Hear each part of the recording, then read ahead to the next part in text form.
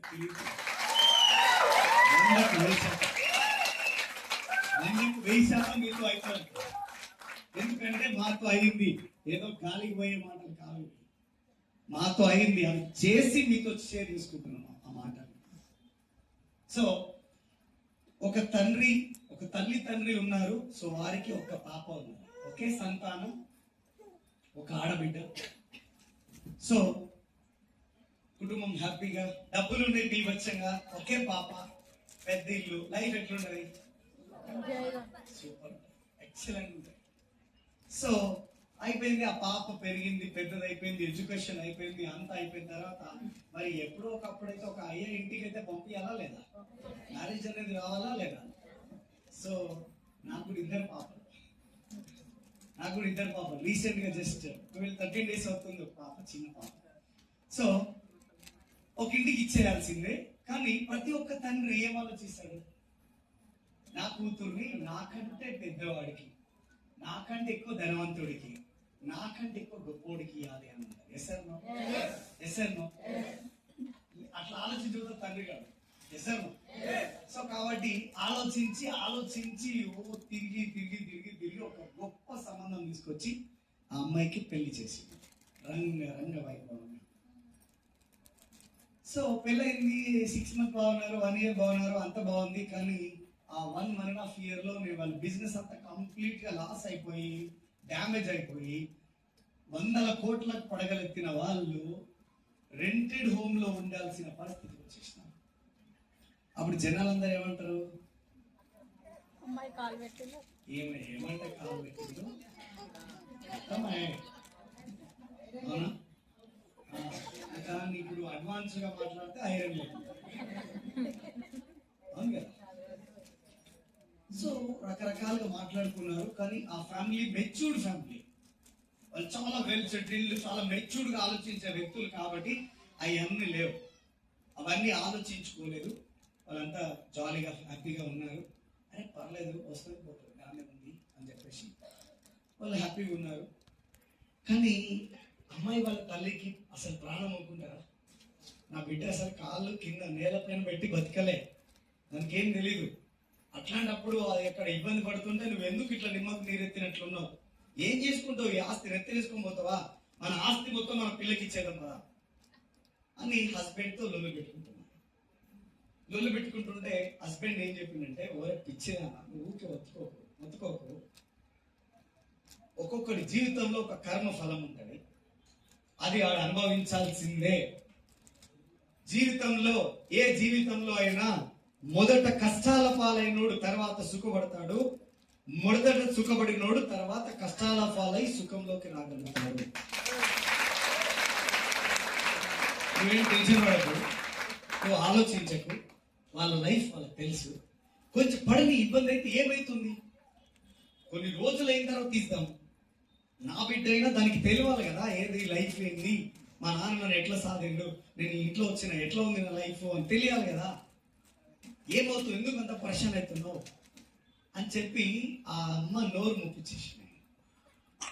ఒకరోజు మధ్యాహ్నం టైంలో వాళ్ళ అల్లుడు బిజినెస్లన్నీ పోయినాయి కాబట్టి ఒక దగ్గర జాబ్ ఎక్కి వాళ్ళ అత్తయ్య వాళ్ళ ఇంటి సైడ్, మామయ్య అత్తయ్య వాళ్ళ ఇంటి సైడ్ వచ్చేసి, అరే మామయ్య వాళ్ళ ఇంటి పక్కే వచ్చాను కదా, వెళ్ళిపోయి కొంతసేపు రెస్ట్ చేసి భోజనం చేసి వెళ్ళిపోతలే అనుకొని వాళ్ళ మామయ్య అత్తయ్య దగ్గరికి వెళ్ళిపోయాడు.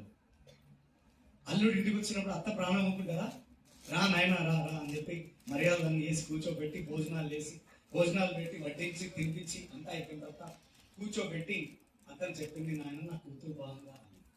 బాగుంది అత్తయ్య, చాలా బాగుంది. అంతా అయిపోయిన తర్వాత ఎట్లా చేయాలి, నా అల్లుడికి ఏదైనా ఒకటి చేసి పంపించాలి, డబ్బులు ఇస్తే తీసుకుంటాడో తీసుకోవడం, నాకెందుకు అత్తయ్య డబ్బులు, మామయ్య ఎప్పుడు నువ్వు ఎట్లు ఇస్తావు అంటే, అయినా అల్లుడికి అత్త డబ్బులు ఇట్లా అయితే అది పెద్ద తప్పదు, అట్టెట్టవుతుంది, ఎట్లా అనుకుంటాడో అల్లుడు అని.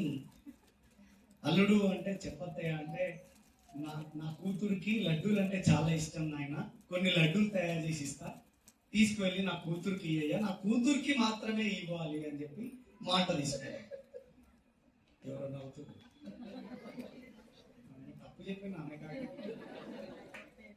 సరే పోనీ, అయితే నా కూతురికి ఇయ్యా లడ్డులు అని చెప్పేసింది. సరే అత్తయ్య ఇవ్వండి, తీసుకుపోయిస్తాను. సరే అని లోపలికి వెళ్ళిపోయి ఇంట్లో ఉన్న లడ్డూల్ని చిరిమి అందులో గోల్డ్ కాయిన్స్ ఉంటాయి కదా, గోల్డ్ కాయిన్స్ లడ్డులో పెట్టి ముద్దలు చుట్టేసి ఆ బాక్స్ లో పెట్టి అల్లుడి చేతికిచ్చింది. మర్చిపోకుండా నా కూతురికే ఇయ్యయ్యా అని చెప్పింది. సరే అత్తయ్య అని చెప్పి కవర్ తీసుకొని కిందికి వెళ్ళిపోయిండు. బస్ స్టాండ్ దగ్గరికి వెళ్ళిపోయిండు.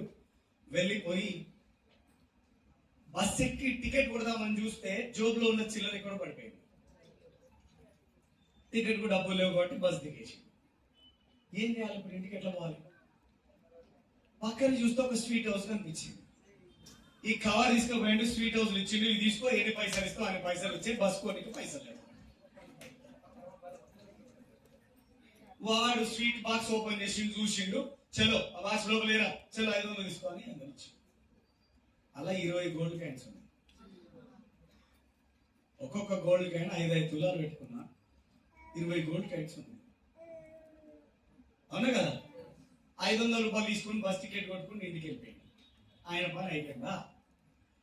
ఈ హస్బెండ్ ఈ భార్య ఎప్పుడు భర్తని ముఖానికి పీసోడా, ఓ లడ్డు దేవు, ఓ స్వీట్ దేవు, ఎప్పుడన్నా నీ ముఖానికి తెచ్చిన పాపాన ఓలి ఇది పైసలు డేమ్సకదనం ఉంది. భర్త ఎంత సంపాదించినా ఆ భార్యకి ఇచ్చే ఆ స్వీట్ ఏదో ఇస్తే ఆ తృప్తి ఉంటుంది, లేకపోతుండే. సో ఇప్పుడు మేము కూడా అదే ఇస్తాం. సో ఎన్ని పైసలు మేము లేము కదా. సో కాబట్టి ఆ లొల్లి నడుస్తుంటుంది కామన్ గా. అయితే సరే అని చెప్పి మా భార్య ఎప్పుడు ఈ లొల్లి చేస్తుందని కారు ఆపుకొని అదే స్వీట్ హౌస్ షాప్కి వెళ్ళి, బాబు 2 కిలోల స్వీట్ ఇయ్యి అని చెప్పిండు. బొందిలడ్డి, మా భార్య బొందిలడ్డి అంటే ఇష్టం అంటే ఆయన అదే కవర్ తీసుకొని చెప్పాడు. ఆ కవర్ తీసుకొని ఇంట్లోకి వచ్చి లోపలికి వెళ్ళిపోయి, ఏ అమ్మాయి అంటే ఏం నేను వచ్చింది, ఇవో లడ్డు తిను అని. ఈ కవర్ ఇచ్చేవరకు ఆమె కమ్ము తిన్నది.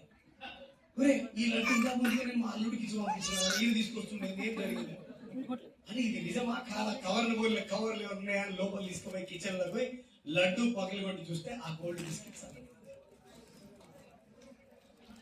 వెంటనే బయట వచ్చి హస్బెండ్ దగ్గర కాళ్ళ మీద పడి సారీ అండి క్షమించండి అంటే, ఎందుకు ఏమైంది అంటే, అసలు ఇందాక అల్లుడు ఇంటికి వచ్చిండు, అల్లుడు భోజనం పెట్టిన తర్వాత ఎలా అయినా నా కూతురికి ఖర్చులకు ఉండగా లేవో, డబ్బులు ఇస్తే అల్లుడు తీసుకుపోవడం అని గోల్డ్ బిస్కెట్స్ అన్ని లడ్డులో పెట్టి 20 లడ్డూలు చుట్టూ ఇచ్చేసిన. పోయేటప్పుడు అల్లుడు తీసుకుపోయిన కవర్ని వచ్చేటప్పుడు నువ్వు తీసుకొని వచ్చినావు, నాకు అర్థం కాలే, మా ఇంటి పని చేస్తాను. అప్పుడు ఆయన చెప్పిండు, చూసినవానే పిచ్చిదానా, ఇది కర్మఫలం, ఇది కర్మఫలం. కర్మఫలం ఏవో తప్పించుకోలేదు. చూడు, నువ్వు కూతురికి ఇంకేదో హెల్ప్ చేయాలని చూసినావు, అయిందా? పోయి తీసుకుపోయిన అల్లుడు. కానీ నా సొమ్ము ఖరాబ్ అయిందని నేను అనుకున్నానా? కానీ నా సొమ్ము నా ఇంటికి వచ్చిందా రాలేదా? నాది క్లియర్ ఉన్నది, అక్కడ కడుక్కోలే. ఇంకా ఎస్ ఆర్ నో? మీరంతా క్లియర్ ఉన్నదా? Are you ready? క్లియర్ ఉన్నదా? క్లియర్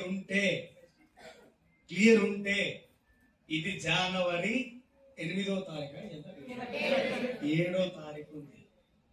ఫిబ్రవరి, మార్చి, ఏప్రిల్ 10వ తారీఖు. నువ్వు ఏంది చెప్పే దమ్ము ధైర్యం ఇక్కడ ఉన్న ఎవరికైనా ఉందా?